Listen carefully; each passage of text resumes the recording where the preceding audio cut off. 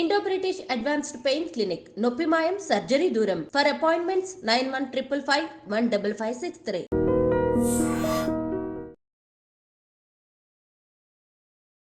Namaste, welcome to iDream Inside Politics with Kavita.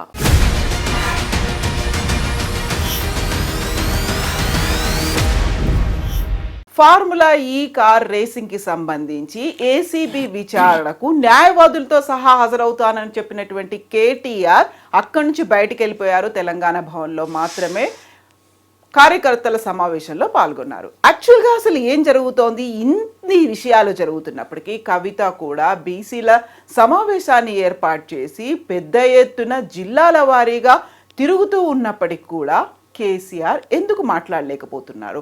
ఈ విషయాలన్నింటినీ party పరంగా ఎందుకు చర్చలు కొనసాగట్లేదు? యాక్చువల్గా ఏం జరుగుతోంది? 2025 వచ్చేసింది, బట్ విశ్వరూపానికి సంబంధించి ఎవరు ఎందుకు మాట్లాడట్లేదు? మనతో పాటుగా ఉన్నారు పొలిటికల్ అనలిస్ట్ ప్రకాష్ గారు. నమస్కారం అండి. సో ఫార్ములా ఈ కార్ రేస్కి సంబంధించి ఏసీబీ విచారణకు ఈరోజు కేటీఆర్ వెళ్ళాలి, బట్ న్యాయవాదులతో వెళ్తాను అన్నారు, అక్కడ కుదరదని చెప్పారు. యాక్చువల్గా లా ప్రొవిజన్ అనేది ఎలా ఉందండి?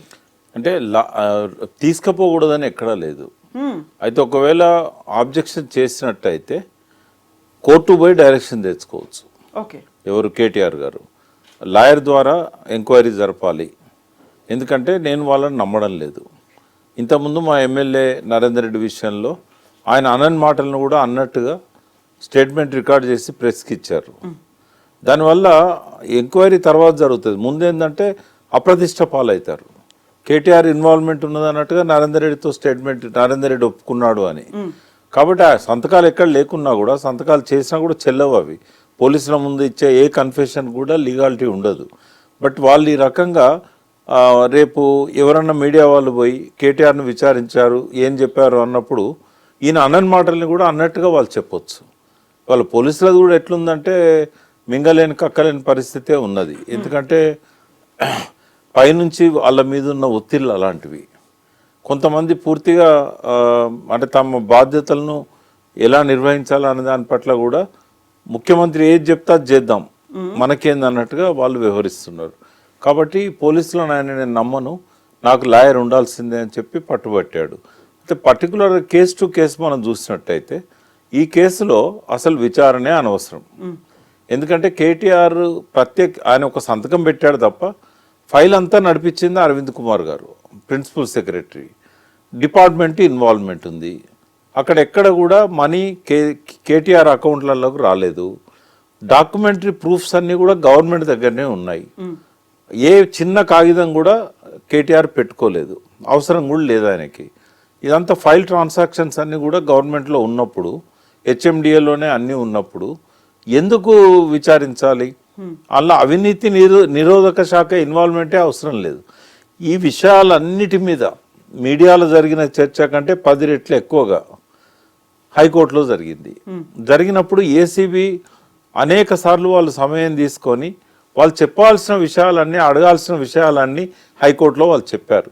డిఫెన్స్ లాయర్గా కేటీఆర్ గారు అడ్వకేట్ కూడా సుప్రీంకోర్టు నుంచి కూడా వచ్చి మీరు రకంగా అర్హత చేసినట్టయితే ప్రతి సంతకాన్ని సస్పెక్ట్ చేయొచ్చు. రిలీజ్ చేసిన ప్రతి ఫండ్ను దీని వెనకాల ఏమన్నా అవినీతి కోణం ఉందేమో అని చెప్పి అనుమానపడే అవకాశం ఉంటుంది. ఇట్లా చేస్తే కనుక ఏ మంత్రి పనిచేయలేడు, ఏ మంత్రి సంతకం పెట్టలేడు, ఇదేం ప్రాక్టీస్ అని చెప్పేసి ఆయన తిట్టిపోయింది వచ్చి. ఇవాళ ఆర్గ్యుమెంట్స్ అన్నీ అయిపోయినాయి. కొత్తగా ఏసీబీ అడిగేదేం లేదు, డిఫెన్స్ లాయర్ చెప్పాల్సిందేం లేదు. రిజర్వ్ ఉంది, ఆర్డర్ పెండింగ్ లేదు, ఓన్లీ రిజర్వ్ ఫర్ జడ్జిమెంటే ఉంది. మరి అటువంటప్పుడు ఇంకా ఏం అడిగేది ఉంది? ఒకవేళ అడగదలుచుకుంటే ఎందుకు వాళ్ళు లాయర్ని అలౌ చేయకూడదు? లాయర్ ఉంటే వాళ్ళకు వచ్చిన ఇబ్బంది ఏంది? రికార్డ్స్ తెమ్మన్నారు, రికార్డ్స్ ఆయన దగ్గర ఏముంటాయి? కాబట్టి ఒక మాలిఫైడ్ ఇంటెన్షన్, ఒక దురుద్దేశపూరితమైన పాత్ర ఇవాళ ఏసీబీది కనబడతా ఉన్నది. దీని వెనకాల లాయర్స్ను కూర్చోబెట్టి వాళ్ళ ముందరనే క్వశ్చన్స్ అడగచ్చు. ఇబ్బంది ఏముంటుంది అందులో? ఇదేమన్నా సీరియస్ క్రైమా, అఫెన్సా? ప్రొసీజరల్ ల్యాప్సెస్ ఉన్నాయనేది మాత్రం వాస్తవం. దానికి ఎక్స్ప్లెనేషన్ ఇవ్వడానికి హైకోర్టులోనైనా ఇచ్చారు, ఇక్కడ కూడా ఇవ్వడానికి ఆయన ఎప్పుడు వెనుకపోడు. ప్రొసీజరల్ ల్యాప్సెస్ విషయంలో లాయర్ పక్కన ఉండడం వల్ల కొంత ఆ ప్రొసీజర్ గురించి వాటి గురించి కన్సల్ట్ చేయడానికి అవకాశం ఉంటుంది. ఇప్పుడు సెంట్రల్ గవర్నమెంట్ అనుమతి ఎక్కడ తీసుకోవాలి, దాన్ని తీసుకోనందువల్ల దానికి ఉండే ప్రొవిజన్స్ ఏంటి, అది క్రిమినల్ అఫెన్స్ అవుతుందా లేకుంటే ఏమన్నా పెనాల్టీ కట్టాలనా, ఇప్పుడు రిజర్వ్ బ్యాంక్ ఏమి ఇంపోజ్ చేస్తుంది వాళ్ళ పర్మిషన్ తీసుకోనందుకు. ఇటువంటి గవర్నమెంట్ సంబంధించిన అంశాల మీద ఇప్పుడు వ్యక్తిగతంగా పర్సనల్ కేసు ఏదన్నా కేటీఆర్ మీద ఉందనుకోండి ఐపీసీ కింద, అప్పుడు లాయర్ అవసరం లేదు. ఒకవేళ లాయర్ని ఆయన తెచ్చుకోదలుచుకుంటే కోర్టు పర్మిషన్తో తెచ్చుకుంటాడు. ఇది గవర్నమెంట్కి సంబంధించిన అంశాలు కదా, వాటిల్లో ఇబ్బంది ఏముంది? ఒక మాజీ మంత్రిని ప్రొసీజర్ సంబంధించిన అంశాలు ఏసీబీ అడగాలనుకున్నప్పుడు లాయర్ ఉంటే వాళ్ళకు వచ్చిన ఇబ్బంది ఏంది? నెక్స్ట్ ఈడీ విచారణ కూడా ఉన్నట్టుంది, అది కూడా రేపు 7వ తారీఖే ఉన్నది. బట్ ఆయన మరి సమయం తీసుకుంటాడా లేకుంటే పోతాడా అనేది తెలియదు. బట్ ఈడీ ఇన్వాల్వ్మెంట్ కూడా అవసరం లేదు ఇక్కడ. వాళ్ళకి ఏమన్నా పీస్ ఆఫ్ ఎవిడెన్స్ దొరికింది అనుకోండి, ఫలానా అకౌంట్లో కిక్ బ్యాక్స్ పడ్డాయి, లేకపోతే దాన్ని ఏమంటారు, అది రాజశేఖర రెడ్డి గారు అప్పుడు క్విట్ ప్రోకో జరిగినట్టుగా ఏదన్నా ఒక బెనిఫిట్. ఇక్కడ ఏంటంటే ఇప్పుడు ఆ రోజుల్లో అరవిందో వాళ్ళకు ఇంకొకరికో స్థలాలు ఇచ్చారు. ఇన్ రిటర్న్ ఏంటంటే వీళ్ళకి సంబంధించిన ఒక దానిలో షేర్స్ కొన్నారు వాళ్ళు. ఇట్లాంటి క్విట్ ప్రోకో ఏమైనా దొరికింది అనుకోండి, ఈడీ ఇన్వాల్వ్ కావచ్చు. కానీ అది కూడా లేదు, మనీ లాండరింగ్కి అవకాశమే లేదు కదా.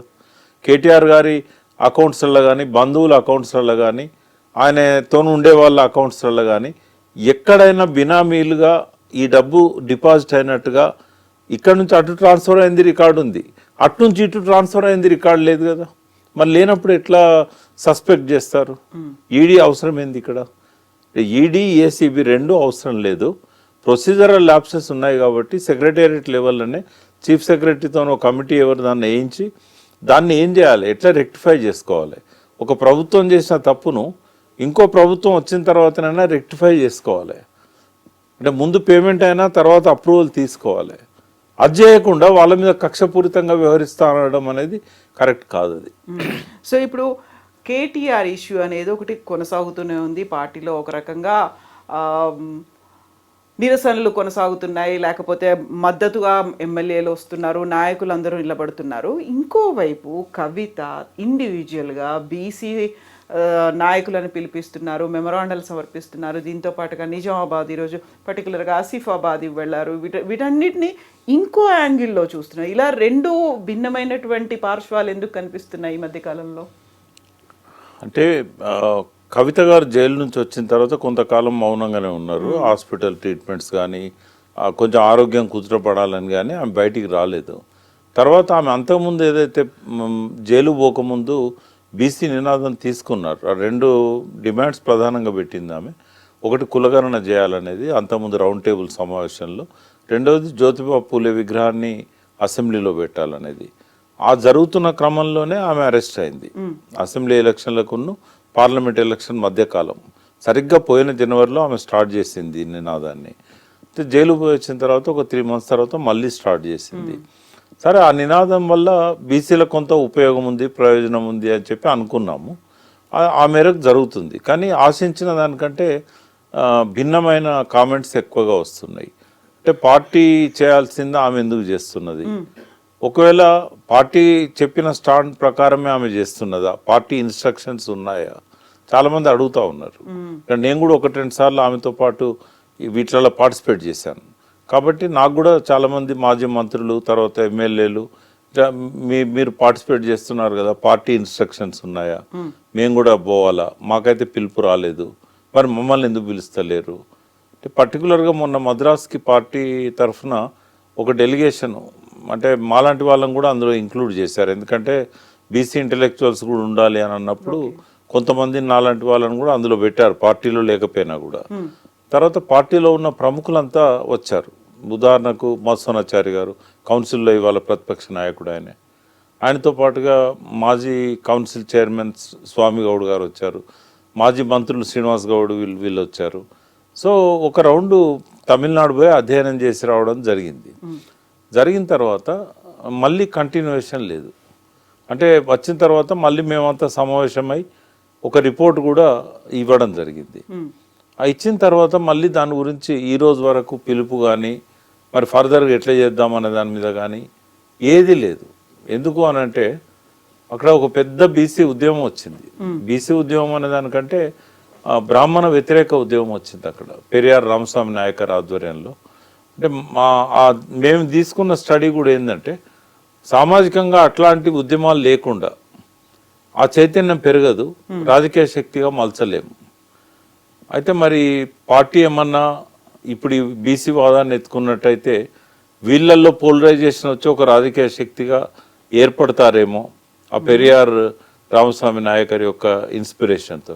అక్కడ ఏ రిజర్వేషన్ అడగకుండానే సింగిల్ డిజిట్లో ఎమ్మెల్యేలు అప్పర్ క్యాస్ట్ నుంచి ఎన్నికయ్యారు. మొత్తం ఎమ్మెల్యేలు బీసీలు, ఎస్సీలు, ఎస్టీలే తమిళనాడులో. ఆడేం రిజర్వేషన్ డిమాండే లేదు. ఎందుకు అంటే ఆ స్థాయిలో ఇప్పుడు అప్పర్ కాస్ట్ వాళ్ళే మాకు ఎన్ని సీట్లు ఇస్తారని వీళ్ళని అడుక్కోవాల్సిన పరిస్థితి వచ్చింది. ఇంకా కరుణానిధి కానీ స్టాలిన్ కానీ వీళ్ళంతా కూడా ఏంటంటే బీసీ డామినేటింగ్ పార్టీ కదా డిఎంకే. కాబట్టి అటువంటి పరిస్థితి ఎక్కడ వస్తుందో ఇక్కడ అని వెనుకపోయినలేమో అని నేనైతే అనుకుంటున్నా. ఖచ్చితంగా నాకు పార్టీ మీద ఆక్షేపణ ఉంది. ఎందుకు అంటే మీరు ఒకసారి ఎత్తుకున్న దాన్ని కొనసాగనీయట్లేదు. అధ్యయనం చేసి వచ్చిన తర్వాత రిపోర్ట్ ఇచ్చినాక సైలెంట్గా ఉన్నారు. మరి బీసీలు ఎటుపోవాలి? మరి పోనీ కవిత గారు తీసుకునే నిర్ణయాన్ని పార్టీ సపోర్ట్ చేసినట్టయితే పార్టీ నాయకులను ఎందుకని ఇన్వాల్వ్ చేయట్లేదు? పార్టీలకు అతీతంగా ఆమె బీసీ ఉద్యమాన్ని నిర్మించాలనుకున్నా కూడా ప్రతి బీసీ ఏ పార్టీలో ఉన్నా కూడా అటెండ్ కావడంలో నష్టమేం లేదు. బట్ ఆమె దగ్గర నుంచి వాళ్ళకి పిలుపు పోవడం లేదు. సో ఇవన్నీ అనుమానాల వల్ల. సో తను కవిత ఇండివిజువల్ గానే చేస్తున్నారా, పార్టీ సపోర్ట్ ఉందా, కనీసం అనుమతైనా తీసుకున్నారా లేదా, ఇక్కడ ఉన్నటువంటి బీసీ లీడర్లందరూ ఏం చెయ్యాలి? మీ ద్వారా నేను చెప్పాలనుకున్నది ఏంటంటే ఆమెకు పార్టీ ఇన్స్ట్రక్షన్స్ లేవు, పార్టీ దాన్ని ఎత్తుకోలేదు, ఆమె నువ్వు పోయి కండక్ట్ చేయమని చెప్పలేదు.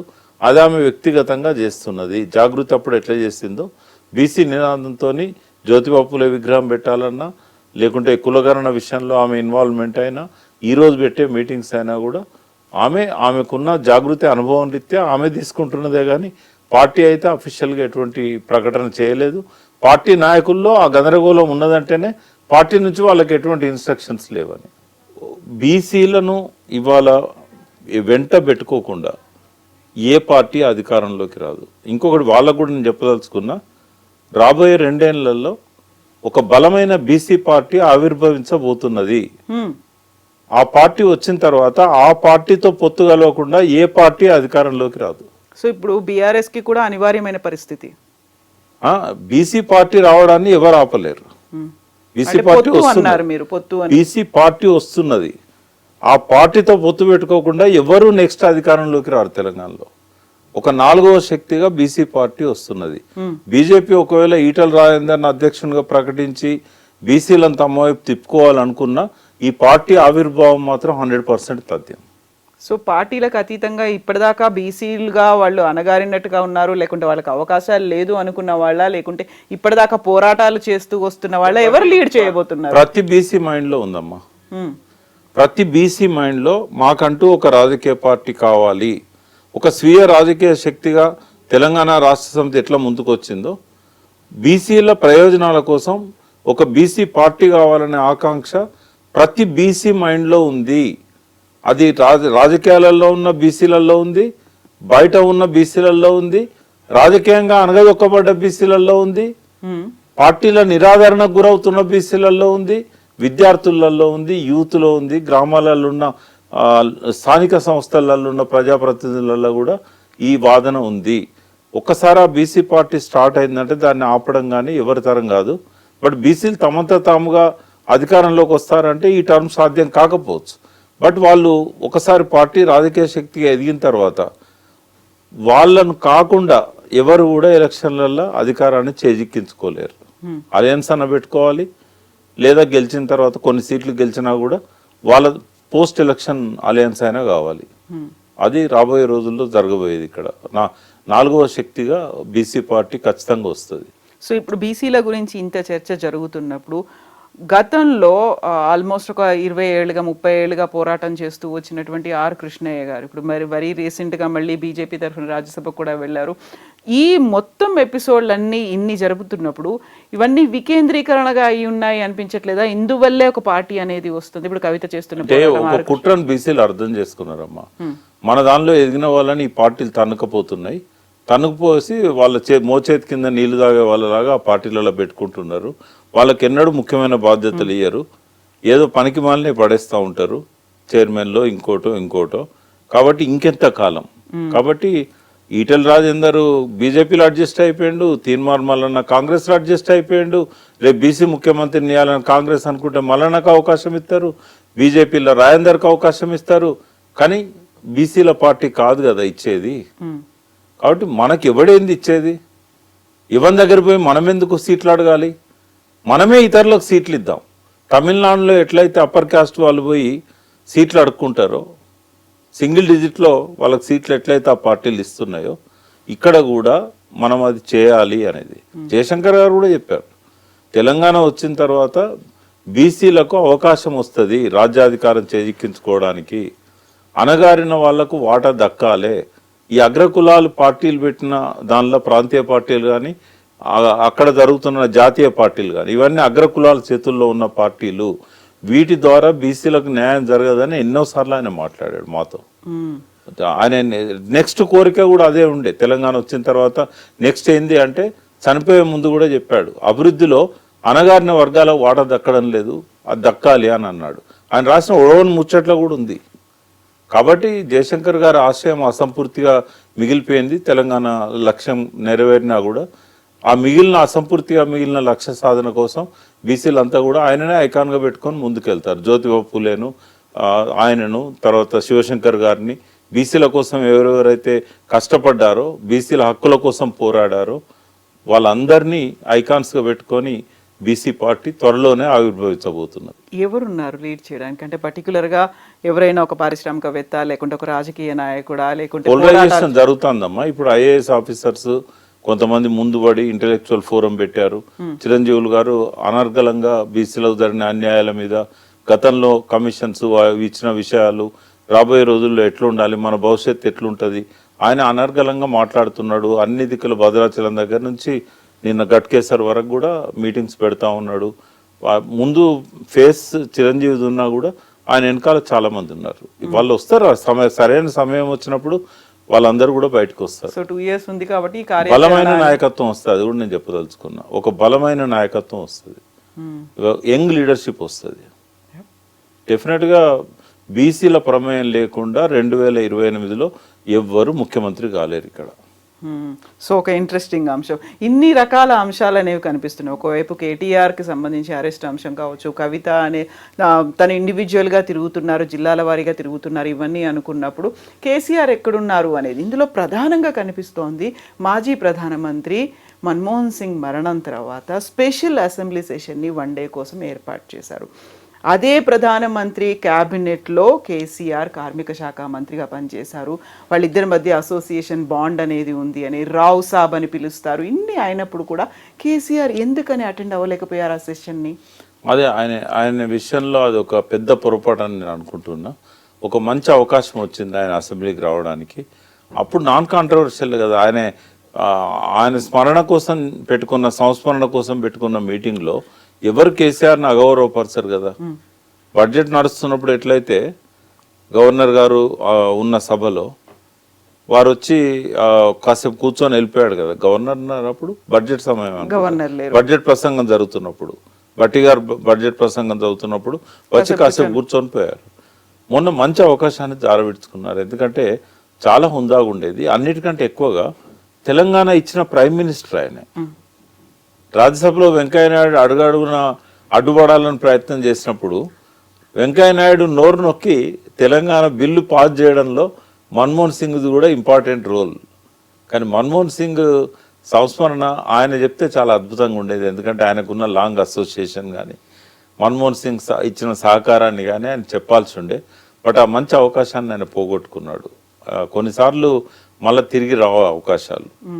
బట్ స్పీకర్ గారు స్వయంగా ఫోన్ చేసినా కూడా తను రాలేదు అని అంటే అదొక తప్పిదం. అది. రెండవది ఏంటంటే ప్రజలంతా కూడా ఇంతకాలం సరే ఒక 1 year పాటు రేవంత్ రెడ్డికి టైం ఇవ్వడానికి ఇప్పుడే ఎందుకు విమర్శించాలని చెప్పి ఆయన రాలేదు అని అర్థం చేసుకున్నారు. మేము కూడా అన్నాం, విశ్లేషణ కూడా చేసినాం. ఒక 1 year అయిన తర్వాత ఆయన బయటకు వస్తాడు అని చెప్పి. అంత తొందర ఎందుకు? సో ఇప్పుడు ఆయన మీద చాలా పదునైన విమర్శలు వస్తున్నాయి. బండి సంజయ్ గారు ఇవాళ పేపర్లో చదివాను నేను, ఆయన ఏమన్నాడు, ఫామ్ హౌస్లో పడుకునే ప్రతిపక్ష నాయకునికి ఆ హోదా ఎందుకు అన్నాడు. అంటే ఈ విషయంలో ఎవరు ఎన్కౌంటర్ చేయగలుగుతారు? నువ్వు రాదలుచుకున్నప్పుడు నీకు ఆ హోదా అవసరం లేదు. ఒకవేళ ఆ హోదా నువ్వు పెట్టుకోవాలనుకుంటే ఇప్పటికైనా బయటికి రావాలి. సరే, ఆయన ఏదో April 27 నాడు వార్షికోత్సవం ఉంటుంది కాబట్టి తెలంగాణ రాష్ట్ర సమితి ప్లీనరీ లాగా చేస్తా అంటే ఆ విషయంలో కూడా భారత రాష్ట్ర సమితి ఆవిర్భావ దినం అది కాదు. మరి తెలంగాణ రాష్ట్ర సమితి ఆవిర్భావ దినాన్ని చేస్తారా, భారత రాష్ట్ర సమితి ఆవిర్భావ దినాన్ని చేస్తారా? వాళ్ళే ఆలోచించుకోవాలి. పేరు మారుస్తారా? పేరు మళ్ళీ మారుస్తారా? ఆ విషయంలో క్లారిటీ ఇవ్వాలి. ఒకవేళ April 27 నాడే వారు ఆవిర్భావ సభ చేసి దానిలో కేసీఆర్తో ప్రసంగం పెట్టిస్తారా? అట్లా పెట్టించినట్టయితే మళ్ళీ తెలంగాణ రాష్ట్ర సమితినే రివైవ్ చేస్తారని చెప్పి ఒక మెసేజ్ ఇచ్చినట్టు కూడా ఉంటుంది. బట్ అప్పటిదాకా ఓపికతో ఫామ్ హౌస్లో ఉండాలని నేనైతే అనుకోవడం లేదు. ఆయన ఎంత తొందరగా వీలైతే అంత తొందరగా బయటికి రావాలి. జరుగుతున్న వాటి మీద ఆయన అసెంబ్లీలో కూర్చోడా అనే దానికంటే కూడా మీడియా ముందుకు రావాలి, ప్రజల ముందుకు రావాలి. ప్రజల సమస్యలను అధ్యయనం చేయడానికి ఆయన యాత్రలు చేయాలి, ప్రజలను కలవడానికి యాత్రలు చేయాలి. ఆయన చేసిన తప్పులను కూడా ప్రజల ముందు ఒప్పుకోవాలి. నేను క్షమాపణ చెప్పమని అడగా, ఎందుకంటే ఇది టవరింగ్ పర్సనాలిటీ, తెలంగాణ ఇచ్చిన ఒక అందరికీ ఆరాధ్యుడైన వ్యక్తి. ఆయన స్థాయిని ఏమాత్రం తగ్గియొద్దు. బట్ ఆయన ఏమన్నా పొరపాట్లు చేసినట్టయితే ప్రజల ముందుకు వచ్చి ప్రజలు చేసిన తప్పును ఆయన చెప్పాడు. ప్రజలు తప్పు చేశారు, నన్ను ఓడించారు. మరి నువ్వు చేసిన తప్పులు కూడా ప్రజలకు చెప్పాలి కదా. ఇప్పటికి కూడా కాళేశ్వరం మీద, విద్యుత్ కమిషన్ చేసే ఎంక్వైరీల మీద ప్రజలకు క్లారిటీ ఇవ్వాల్సింది ఆయనే. మొన్న అసెంబ్లీలో ధరణి మీద అనేక రకాల వ్యాఖ్యానాలు చేశారు రేవంత్ రెడ్డి గారు. ఎవరైనా సమాధానం చెప్పారు? ప్రజలు నమ్ముతారు కదా. ఒకవేళ మీరు కౌంటర్ చేయకపోతే ఎవరు సమాధానం చెప్పాలి? అది హరీష్ రావు గారు, కేటీఆర్ గారు కాదు చెప్పాల్సింది. ఆనాడు రెవెన్యూ మంత్రిగా ఉన్న ముఖ్యమంత్రి గారు చెప్పాలి. మొదటి టర్మ్లో ఆయన లేడు రెవెన్యూ మంత్రిగా, రెండో టర్మ్లో రెవెన్యూ మంత్రి ఆయనే కదా, సాగునీటి శాఖ మంత్రి ఆయనే కదా. మరి అది చెప్పాలి కదా. మరి అది మీడియా సమావేశంలో పెట్టాలి, లేదా తన ఓన్ ఛానల్తో ఒక వీడియో రికార్డ్ చేయించైనా రిలీజ్ చేయాలి. నేనేం చేయను అంటే కొంతకాలం తర్వాత నేను ప్రజలు మర్చిపోతారు. తెలంగాణ సాధకునిగా నేను గుర్తుపెట్టుకుంటారు, కానీ యాక్టివ్ పాలిటిక్స్లో నువ్వు లేకపోతే కనుమరుగైపోతావు కదా. పార్టీ క్యాడర్లో కూడా ఉంది అది. చాలామంది అంటే ఇదివరకు నేను సన్నిహితుని ఉన్నాను కాబట్టి చెప్పుకుంటారు, మీరన్నా చెప్పొచ్చు కదా అని. నేనేం చెప్పినా మీడియా ద్వారానే చెప్పదలుచుకున్నాను, ఎందుకంటే నాకు కూడా అక్కడ అవకాశం లేదు. ఎంట్రీ లేదా అసలు? వారు పిలిస్తే నేను పోతా అని చెప్పాను. వారు ఒకసారి రమ్మన్నారు. ఆ టైంలో ఎందుకో హరీష్ రావు గారితో కలిసి రమ్మన్నారు, ఆయన కుదరలేదు. మళ్ళీ నన్ను ఎప్పుడు వాళ్ళు పిలవలేదు. పిలిస్తే నేను మాట్లాడతాను. ఆయన ఇంకోటి ఏంటంటే ఆయనకు సలహా ఎవరు ఇవ్వాల్సిన అవసరం లేదు, ఆయన ఆలోచించగలుగుతాడు. కానీ కమ్యూనికేషన్ ప్రాబ్లం ఇక్కడ. కింద ఏం జరుగుతుందో ఆయన దాకా పోవడం లేదు. ఎవరన్నా మీడియాలో మాట్లాడితేనే కింద ఇట్లున్నది అనేది ఆయనకు తెలిసే పరిస్థితి ఉన్నది. ఆయన చుట్టూన్న వాళ్ళని మార్చుకోకుండా సక్సెస్ అవుతాడని నేనైతే అనుకోవట్లేదమ్మా. ఆయన ఫెయిల్ కావడానికి ఒక మంచి విమర్శకులు, క్రిటిక్స్ తన పక్కన ఉండాలి. ఎంత గొప్ప వ్యక్తి అయినా తను కరెక్ట్గా ముందు పోవాలనుకుంటే ఒక క్రిటిక్ ఉండాలి, బలమైన క్రిటిక్ తన పక్కన ఉండాలి. నువ్వు చేసేది తప్పేమో అని చెప్పి అనుమానం వ్యక్తం చేసే వ్యక్తి ఉండాలి. అందరు నోర్లు మూసుకొని ఆయన చెప్పిందే ఎస్ బాస్ అనే విధంగా ఉన్నట్టయితే కొంతమందికి లోపల ఇక్కడ దాకా ఉన్నా కూడా బయటికి రాదు మాట. రకరకాల కారణాల వల్ల ఆ మాట గొంతు లోపలనే ఆగిపోతుంది. మరి ఆ గొంతులో నుంచి బయటికి వచ్చి చెప్పగలిగే వ్యక్తి నీకు పక్కన ఉంటే కదా నీకు ఉపయోగపడేది, ఇవన్నీ తెలిసేది. తర్వాత ఇంటెలిజెన్స్ అక్కడున్న 10 ఏళ్ళు వాళ్ళని నమ్ముకున్నాడు ఆయనే. వాళ్ళు కూడా ఒక స్టేజ్లో చెప్పకుండా అయిపోయినారు. ఏమన్నంటే మనల్ని తిరుగుతాడు, ఎందుకు మనకు అవసరమా అని చెప్పి. అంటే ప్రభుత్వం పోయేది కూడా వాళ్ళు చెప్పలేదు ఆయనకి. ఇంకా ఆయన ఇంటెలిజెన్స్ నమ్ముకోవాలన్నా, లేకుంటే రిటైర్డ్ అయిన ఇంటెలిజెన్స్ ఆఫీసర్లను నమ్ముకోవాలన్నా, లేకుంటే అన్నిటికీ ఎస్ అని చెప్పే తన పక్కన ఉన్న వాళ్ళని నమ్ముకోవాలన్నా. ఆయన క్యాబినెట్ లో ఉన్న వాళ్ళకు కూడా ధైర్యం చాలదు ఆయనతో మాట్లాడడానికి, ఇంట్లో ఉన్న ఫ్యామిలీ మెంబర్స్ కూడా ధైర్యం చాలదు మాట్లాడడానికి. ఇప్పుడు 2025లో కేసీఆర్ విశ్వరూపం చూపిస్తారు అనే మాట కేటీఆర్ అన్నారు కొంతకాలం క్రితం, ఆల్మోస్ట్ 3-4 months బ్యాక్ అనేది. అలాంటిది ఏదైనా ఉంటుందా? లేక అంటే విశ్వరూపం అక్కర్లేదమ్మా, అంత పెద్ద మాట ఎందుకు, వచ్చి వాటి మీద కామెంట్ చేస్తే చాలు కదా. ఆయన చెప్పాల్సిన అంశాలు చాలా ఉన్నాయి, ఆయన మాత్రమే చెప్పాలి. అవినీతి ఆరోపణలు కానీ ఇవన్నిటికీ ఆయన మాత్రమే సమాధానం చెప్పాలి. ఒకనాడు దాని గురించి నేను మాట్లాడను అంటే అవతల వ్యక్తులు చెప్పేది ఎందుకు నమ్ముతారు ప్రజలు? ఇప్పుడు ధరణి నేనే అంటున్నాను, రేవంత్ రెడ్డి చెప్పిన వాటి మీద క్లారిటీ కేసీఆరే ఇవ్వాలి. ఇప్పటికి 10 రోజులు 15 రోజులు అయింది అసెంబ్లీలో ఆయన చెప్పి, ఏవో సంస్థల పేర్లు చెప్పాడు, ఏ దేశాల్లో ఉన్నాయో చెప్పాడు, ఎన్ని అవకతవకలు జరిగాయో చెప్పాడు. నేను రేవంత్ రెడ్డిని అప్రిషియేట్ చేసేది ఎక్కడ అంటే, ధరణిలో లోపాలను ధరణి అమల్లోకి వచ్చిన తర్వాత 1 సంవత్సరం లోపల రెక్టిఫై చేయాల్సిన కేసీఆర్ చేయలేదు. ఆ పని సక్సెస్ఫుల్గా చేశాడు రేవంత్ రెడ్డి. సరే, దాని అనుకున్న నెగటివ్ హిస్టరీ గురించి నేను మాట్లాడాను, నాకు తెలియదు దాని గురించి. కేసీఆర్ గారు బయటకు వచ్చి చెప్తే తప్ప రేవంత్ రెడ్డి చెప్పింది అబద్ధమా నిజమా నాకు తెలియదు. బట్ నాకు తెలిసింది ఏంది ఒక లాయర్గా అంటే, ధరణిలో అనేక లోపాలు ఉండే, ఆ లోపాలు ఎందుకు సరి చేయలేకపోయినారు 2-3 సంవత్సరాలు. తర్వాత ధరణి ద్వారా చాలా అవకతవకలు జరిగినాయి అనేది ఆయన ఎవిడెన్సెస్తో సహా చెప్తున్నాడు. అప్పుడు రంగారెడ్డి కలెక్టర్గా ఉన్న అమయ్ కుమార్ నా మంచి స్నేహితుడే, నా స్నేహితుని కొడుకు. బట్ ఆయనను కూడా ఈడీ విచారణ పేరుతో తీసుకుపోయింది, ఏమైంది ఎవరికి తెలియదు. మరి కొన్ని లక్షల ఎకరాల భూములు తారుమారైనాయని ఆరోపణ చేస్తున్నాడు. సిరిసిల్లలో కూడా అయినాయని సర్వే నంబర్లతో సహా బయట పెడుతున్నాడు. మరి దానికి ఎవరు సమాధానం చెప్పాలి? ధరణి విషయంలో మాత్రం రేవంత్ రెడ్డి అప్పర్ హ్యాండ్ అయింది. ఇవాళ కేసీఆర్ కానీ కేటీఆర్ కానీ ఎవరు కూడా వాటికి సమాధానం చెప్పలేని పరిస్థితిలో ఉన్నారు. ఇట్లా కంటిన్యూ అయిందనుకోండి, రేవంత్ రెడ్డి తనకు ఇదివరకు ఉన్న నెగటివ్ని పోగొట్టుకోగలుగుతాడు, కేసీఆర్ తనకు లేని నెగటివ్ని తెచ్చుకోగలుగుతాడు.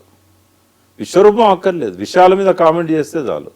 సరైన టైంలో స్పందించి తర్వాత అంతకుముందు మేమందరం ఎవ్వరం ఏమి ఇచ్చిన సలహాలు కూడా ఆయన స్వీకరిస్తలేడు. ఉద్యమకాలం పిలుచుకోమని చెప్పాం, మళ్ళీ 2001లో ఉన్న వాళ్ళతోని తను పిలిపించుకొని వాళ్ళ భోజనం పెట్టి కాసేపు మాట్లాడి, మిమ్మల్ని నేను పట్టించుకోలేకపోయినా ఏ కారణాలో చెప్పాలి, రీయూనియన్. కొంతమంది అన్నట్టుగా నేనేం క్షమాపణలు చెప్పమనా, నేను మిమ్మల్ని ఈ కారణం వల్ల నేను దగ్గర తీయలేకపోయినా, ఒకవేళ అది నా పొరపాటు అయితే మళ్ళీ నేను రిపీట్ చేయను. ఏం పరాయి వాళ్ళ తెలంగాణ ఉద్యమకారులు లేకుండానే ముఖ్యమంత్రి అయిందా? ఈ విషయాల మీద ఆయన క్లారిటీ ఇవ్వాలి. ఎప్పుడో ఒకసారి తప్పదు. మళ్ళీ తన పోయిన ప్రభను తిరిగి పెంచుకోవాలన్నా తెచ్చుకోవాలన్నా ఉద్యమకాలను ఇగ్నోర్ చేస్తే అయితే సాధ్యం కాదు. So at the same time భవిష్యత్ మీద కూడా ఫోకస్ పెట్టాలి, తెలంగాణ మీద కూడా మళ్ళీ ఒకసారి. అంటే ఆయన ఎంత పెట్టినా స్వీయ రాజకీయ శక్తిగా ఎదిగిన పార్టీ ఇవాళ చాలా వరకు దాని కీర్తి ప్రతిష్టలు పడిపోయినాయి. ఏ స్థాయికి పోయినాయి అంటే రాజకీయంగా ప్రతిపక్షంలో కూర్చోవలసిన స్థాయికి పోయినాయి.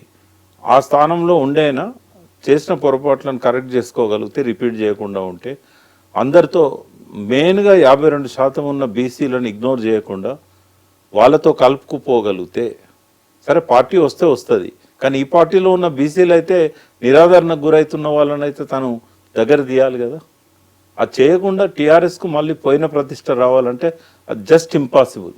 వీళ్ళు ఎంత హరీష్ రావు గారు కానీ, కేటీఆర్ గారు కానీ, కవిత గారు కానీ, ఆ పార్టీ నాయకులుగా వాళ్ళు ఎన్ని రకాల ప్రయత్నాలు చేసినా బీసీలలో ఉన్న అసంతృప్తి జ్వాలలను ఆర్పడం అనేది వాళ్ళకి సాధ్యం కాదు. అలా ఎవరో ఒక ఇండివిజువల్ గా కాకుండా పార్టీ పరంగా ఒక డెసిషన్ తీసుకోవాలి, అధ్యక్షుడిగా ఒక నిర్ణయాన్ని ప్రకటించాలి. 2 పార్టీలు గుర్తించాయి కదా, ఆయన బీసీని ముఖ్యమంత్రి చేస్తా అని. ఇప్పుడు రాజేందర్ను ఆ పార్టీ అధ్యక్షుడిగా చేయాలనే ఆలోచనలో వాళ్ళు ఉన్నారు.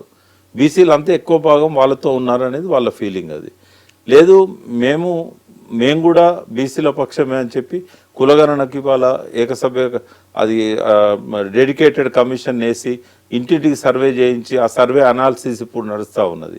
అందులో రేవంత్ రెడ్డి ముందున్నాడు, బీజేపీ చేయని పని నేను చేస్తున్నాను అని. అయితే ప్రజలు మెయిన్గా బీసీలు ఇద్దరిని నమ్మడం లేదు. టీఆర్ఎస్ మీదనో ఇంతకుముందే నమ్మకం పోయింది. ఎందుకు అంటే దాదాపు 7-8 లక్షల అప్లికేషన్స్ వస్తే ఎవరికి లోన్లు ఇవ్వలేదు. స్కాలర్షిప్స్ కూడా, ఓవర్సీస్ స్కాలర్షిప్స్ కూడా అంతంత మాత్రం ఇచ్చారు. బీసీలను వాళ్ళకి ఇస్తానని ప్రామిస్ చేసిన ఎన్నికల ప్రణాళికలో పెట్టిన బడ్జెట్ను కూడా ఏటా 5,000 కోట్లు ఇస్తామన్నారు. అంటే దాదాపు 50,000 కోట్లు బీసీలకు పెట్టాల్సి ఉండే, ఏది జరగలేదు. మరి మళ్ళీ వస్తే మాత్రం చేస్తారు అని గ్యారెంటీ ఏంది? కాబట్టి ఇటువంటి సమయంలోనే వాక్యూమ్ ఉంది కాబట్టి ఈ మూడు రాజకీయ పార్టీలను కూడా బీసీలు నమ్మడం లేదు. నేను వాళ్ళ ప్రతినిధిగా చెప్తున్నాను. సో ఆ వాక్యూమ్ ఉంది, దాన్ని ఫిల్ చేయడానికే మనమే ఒక పార్టీగా ఎదుగుదాము. ఇక ఆపలేరమ్మ ఎవరు, ఎందుకంటే ఈ మూడు ఫెయిల్ అయినాయి. ఈ మూడు ఫెయిల్ అయిన తర్వాత, ఎందుకంటే బండి సంజయ్ నుంచి కిషన్ రెడ్డి గారిని ఎప్పుడైతే పార్టీ అధ్యక్షులు చేశారో బీసీలో నమ్మకం పోయింది. అందులో పోయిన వాళ్ళు కూడా బయటకు వచ్చారు చాలా మంది. రాజేందర్ను ఇప్పటికే అధ్యక్షునిగా ప్రకటిస్తలేరు. కాబట్టి వాళ్ళు రాజేందర్ను రేపు బీసీ తరఫున ముఖ్యమంత్రి చేస్తారా లేదా అనే విషయంలో కూడా చాలా డౌట్స్ ఆ పార్టీలో ఉన్న బీసీలలో ఉన్నాయి. కాంగ్రెస్లో కూడా అదే పరిస్థితి ఉన్నది. ఈయన కులగణన చేపట్టినా ఎన్ని మాటలు మాట్లాడినా బీసీలకు ఇప్పుడేమీ ఆయన చేస్తున్నది ఏం లేదు. ఇప్పుడు ఎక్కువగా రైతు బంధు తీసుకునేది బీసీలే. మరి వాళ్ళకేమి వచ్చే పరిస్థితి కనబడతలేదు. ఏదో ఒక సాగు చెప్పి రుణమాఫీలో 48,000 కోట్లు అంచనా వేసి 18,000 కోట్లు ఇచ్చాడు. ఇప్పుడు కూడా అనేక రకాల ఆంక్షలను విధించబోతున్నారు రైతు భరోసాల. కాబట్టి ఈ రెండు పార్టీలను బీసీలు పక్కకు పెడతారు. ఇదివరకే బీఆర్ఎస్ను పక్కకు పెట్టారు. ఇంకా వాళ్ళకి మిగిలింది ఒక్కటే ఒక దారి, బీసీ పార్టీ పెట్టుకోవడం. కాబట్టి ఇప్పటికైనా వాళ్ళ పార్టీలలో ఉన్న బీసీలను కాపాడుకోవాలంటే, కొత్తగా వచ్చే బీసీ పార్టీలోకి రానియొద్దు అనుకుంటే వాళ్ళు ఆలోచించుకోవాల్సిన సమయం ఇది. అలర్ట్ అవ్వాల్సిన సమయం ఇది. ఎస్ అండి. Thank you so much Prakash గారు. Thank you.